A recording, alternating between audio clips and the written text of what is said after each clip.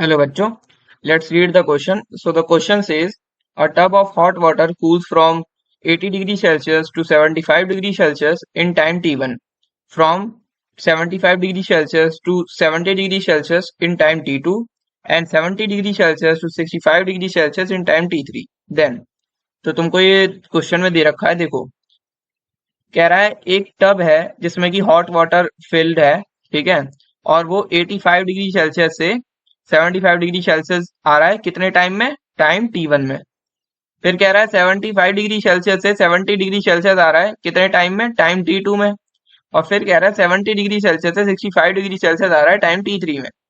तुमसे पूछ रहा है t1 t2 t3 के बीच का मेरे को रिलेशन बताओ, ठीक है।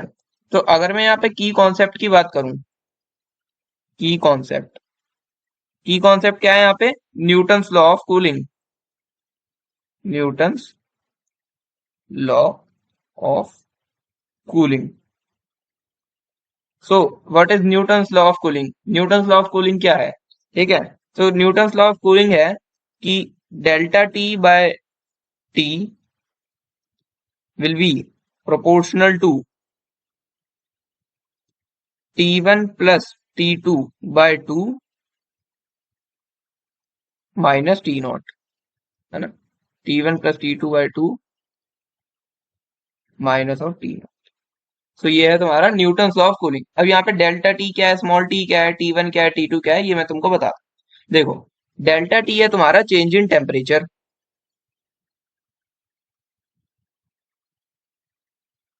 Change in temperature. जो तुम्हारा टी है वो है तुम्हारा टाइम टेकन, ठीक है। जो तुम्हारा T1 है वो है तुम्हारा इनिशियल टेम्परेचर,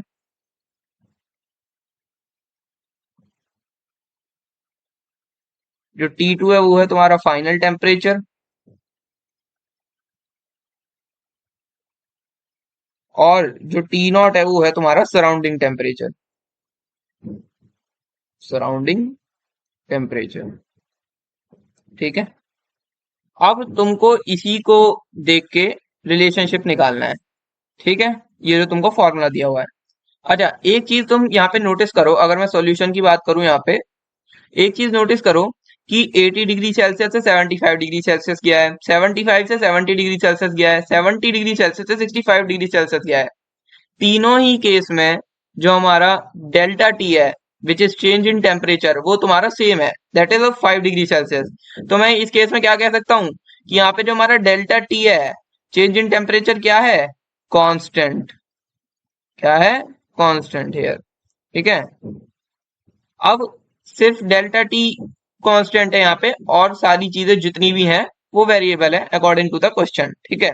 सो मैं यहाँ से एक रिलेशनशिप और लिख सकता हूँ, that is T is proportional to, या T is inversely proportional to T1 plus T2 by 2 minus of T naught. अरे टी नॉट भी यहाँ पे एक तरह से अगर देखा जाए तो कांस्टेंट ही रहेगा क्योंकि सराउंडिंग सेम ही है ना। तो यहाँ पे मैं एक और चीज कह सकता हूँ कि टी नॉट भी हमारा कांस्टेंट ही है, ठीक है। तो मतलब पूरी कहानी जो डिपेंड करेगी वो T1 T2 बाय 2 पे डिपेंड करेगी, ठीक है। तो अब देखो अगर मैं T1 प्लस T2 बाय 2 की बात करूं, सो ये इनवर्सली प्रोपोर्शनल है, ठीक है। सो ये वैल्यू जितनी कम होगी, ये वैल्यू जितनी कम होगी टी की वैल्यू उतनी ही ज्यादा होगी, ठीक है। तो ये क्योंकि अब देखो मैं यहां से क्या कह सकता हूं, as T1 plus T2 by 2 decreases time increases, है ना, T1 bye T2 decreases time increases. तो यहां से मैं देखो क्या कह सकता हूं कि मैं तीनों ही केस में T1 plus T2 by 2 find करूंगा, है ना। तीनों ही केस में जो हमारा फाइनल टेम्परेचर है और इनिशियल टेम्परेचर है उसका जो समेशन है या एवरेज है उसका फाइंड करूंगा मैं, ठीक है, एवरेज। तो पहला केस देख लेते हैं, फॉर केस वन। देखो for case one, for case one में क्या है, देखो T1 80 से 75 गया है ना। So T1 plus T2 by 2 equal to कहां से कहां तक गया है, 80 से 75। सो 80 प्लस 75 डिवाइड बाय 2, है ना, 80 plus 75 divide by 2। that will be 155, and 155 divided by 2, so 155 divided by 2 will be 77.5.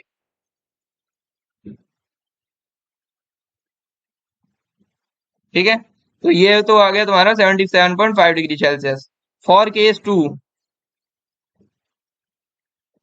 अब केस 1 के लिए टाइम भी लिख लो, यहाँ पे टाइम कितना था T1, फॉर केस 2 टाइम कितना है T2, तो T1 plus T2 divide by 2 equal to, अब देखो केस 2 में कहां से कहां तक जा रहा है, 75 से 70 जा रहा है ना, 75 से 75 से 70 जा रहा है, divide by 2, so 75 plus 70 that will be 145, and 145 divided by 2 equal to 72.5, so this will be 72.5 degree Celsius.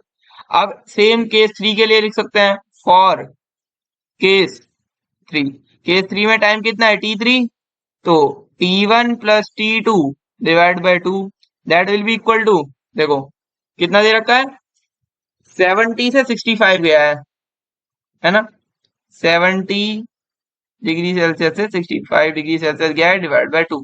ठीक है, तो हमारा 70 प्लस 65 कितना हो गया, 135 है ना, और 135 डिवाइडेड बाय 2 कितना हो गया, 67.5, सो ये आ गया 135 divide by 2 equal to 67.5 degree. अब यहां से तुम कमेंट कर सकते हो जिसका average temperature T1 plus T2 by 2 सबसे कम होगा वो टाइम सबसे ज्यादा होगा, है ना। सो तीनों ही केसेस को अगर एनालाइज करूं तो मैं यहाँ पे क्या लिख सकता हूँ, देखो ये केस 1 है, ये केस 2 है और ये केस 3 है। तो मैं यहाँ पे फाइनल आंसर क्या लिख सकता हूँ, that T3 will be greater than T2 will be greater than T1। So your final answer will be T3 greater than T2 greater than T1. So from options, your option B will be the correct answer. So I hope you will understand. Thank you. Best of luck.